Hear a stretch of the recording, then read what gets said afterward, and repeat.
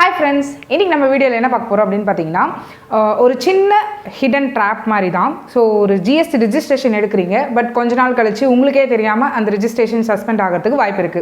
So இது எப்படி நடக்குது? இத வந்து நம்ம எப்படி அவாய்ட் பண்ணலாம்? அப்படி in case அந்த மாதிரி worst situation இருக்கும்போது அதை எப்படி ஹேண்டில் பண்ணலாம் அப்படின்றத பத்தி தான் இந்த வீடியோல டீடைலா பார்க்க போறோம். சோ வீடியோ கண்டிப்பா எல்லாருக்குமே ரொம்ப யூஸ்ஃபுல்லா இருக்கும். இது வேற யாருக்காவது தேவைப்படும்னு நினைச்சீங்கன்னா அவங்களுக்கும் மறக்காம ஷேர் பண்ணுங்க.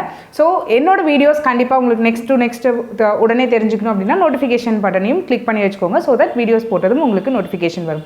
ஸோ ஃபர்ஸ்ட் ஆஃப் ஆல் இப்போ ரீசெண்ட் டைம்ஸில் பார்த்தீங்கன்னா ஜிஎஸ்டி ரிஜிஸ்ட்ரேஷன் வந்து கொஞ்சம் இந்த ஸ்மால் டேக்ஸ் பேயர்ஸ்க்குலாம் வந்து பார்த்தீங்கன்னா ரிஜிஸ்ட்ரேஷன் எடுக்கும்போது இந்த 14A ரூல் கீழே வந்து ரிஜிஸ்ட்ரேஷன் எடுப்பாங்க. ஸோ ஒரு அவுட்புட் லயபிலிட்டி வந்து 2.5 lakhsக்குள்ளே இருக்குது அப்படின்னா ஒரு 3 days மேக்ஸிமம் 3 days to 1 weekக்குள்ளே ஜிஎஸ்டி ரிஜிஸ்ட்ரேஷன் ப்ராசஸ் ஆகி வருது. இன்கேஸ் லைக் எல்லாமே ஸ்மூத்தாக இருக்குது, ஆதார் அத்தன்டிகேஷனும் முடிஞ்சிடுச்சு, ப்ராப்பராக இருக்குது அப்படின்னா மோஸ்ட்லி உடனே வந்து ஜிஎஸ்டி ரெஜிஸ்ட்ரேஷன் கிடைக்குது. பட் பியாண்ட் தட் இப்போ ரெஜிஸ்ட்ரேஷன் கிடைச்சதோடு அது முடியாது. இப்போ ஏற்கனவே இருக்க ரெஜிஸ்ட்ரேஷனுக்கும் புதுசாக வர ரெஜிஸ்ட்ரேஷனுக்கும் தே கேன் பி ஒரு சின்ன வெரிஃபிகேஷன். இப்போ சைட் வெரிஃபிகேஷன் வராங்கன்னா அது வேறு. ஸோ உங்களுக்கு கால் பண்ணிட்டு வருவாங்க, எல்லாம் நடக்கும். பட் உங்களுக்கே தெரியாமல் என்ன நடக்குது அப்படின்னா ஒரு வெல்கம் கிட் மாதிரி, எப்படி வெல்கம் டு ஜிஎஸ்டி ஃபேமிலின்னு ஒரு மெயில் வருதோ அதே மாதிரி ஒரு வெல்கம் கிட் மாதிரி ஜிஎஸ்டியிலேருந்து அனுப்புகிறாங்க. ஸோ எனக்கு தெரிஞ்சே ஒரு சில பேருக்கு இந்த மாதிரி நடந்திருக்கு. ஸோ அதனால் ஐ தாட் லைக் நீங்களும் கொஞ்சம் உஷாராக இருக்கணும் இந்த கேஸில் அப்படின்றதுனால தான். ஸோ இந்த வெல்கம் கிட் மாதிரி நீங்கள் உங்களோட ரிஜிஸ்டர்ட் அட்ரஸ் என்னவோ அதுக்கு வந்து அந்த வெல்கம் கிட் அனுப்புவாங்க.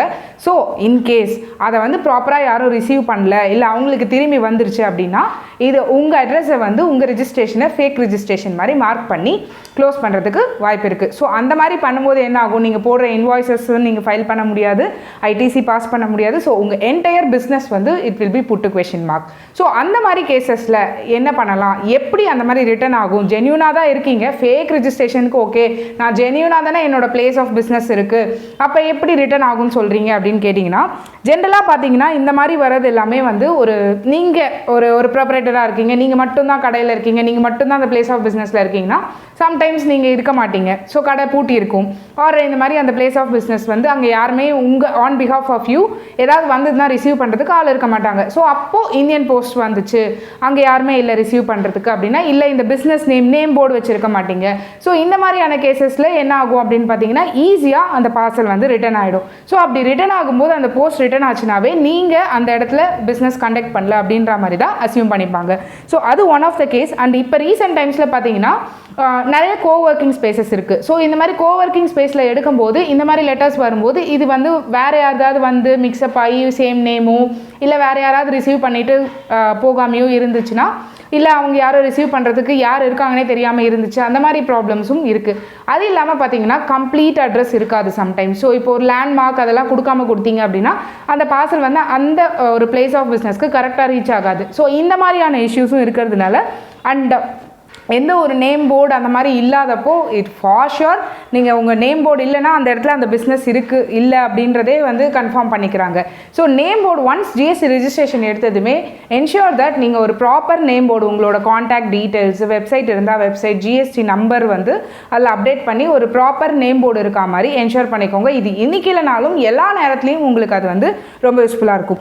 ஸோ இதெல்லாம் தாண்டி வந்து இந்த மாதிரி ஓகே இந்த பார்சல் ஆர் போஸ்ட் ரிட்டர்ன் ஆயிடுச்சு, எனக்கு வந்து சஸ்பென்ஷன் ஆர்டர் வந்து பாஸ் பண்ணிட்டாங்க, என்னோட ரெஜிஸ்ட்ரேஷன் வந்து சஸ்பெண்ட் ஆகிடுச்சு அப்படின்னு இருக்குன்னா, ஒன்ஸ் உங்களுக்கு இந்த பார்சல் ஆர் இந்த போஸ்ட் வந்திருக்கு, ரிட்டர்ன் ஆகிருக்கு அப்படின்ற நாலேஜ் கிடைச்சதுமே நீங்கள் வந்து ஃபஸ்ட்டு உங்களோட போர்ட்டலில் போயிட்டு ரீசெண்டாக லாஸ்ட்டாக வந்த நோட்டீஸ் என்ன, அதில் இந்த மாதிரி சஸ்பென்ஷன் ரிலேட்டடாக மென்ஷன் பண்ணியிருக்காங்களா அப்படின்றத ஃபஸ்ட்டு செக் பண்ணுங்கள். ஸோ அந்த நோட்டீஸ் வந்து ஒரு 15 to 30 ஒர்க்கிங் டேஸ்க்குள்ளே நீங்கள் அதுக்கு ப்ராப்பர் ரெஸ்பான்ஸ் வந்து ப்ராப்பராக ஃபைல் பண்ணணும்.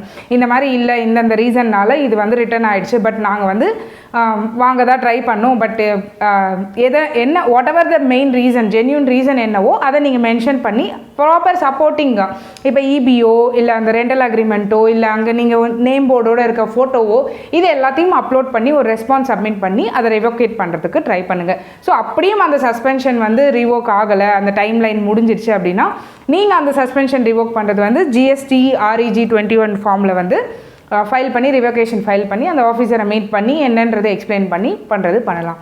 ஸோ ஸோ நம்மளோட நெக்லிஜென்ஸ்னால நம்மளோட கஷ்டப்பட்டு எடுத்த ஜிஎஸ்டி ரிஜிஸ்ட்ரேஷன் வந்து வேஸ்ட் ஆகிடக்கூடாது. ஸோ அதனால் இந்த ஏரியாஸ்லாம் வந்து நீங்கள் கண்டிப்பாக வந்து ஒரு அட்டென்ஷன் கொடுத்து பார்த்துக்கணும்.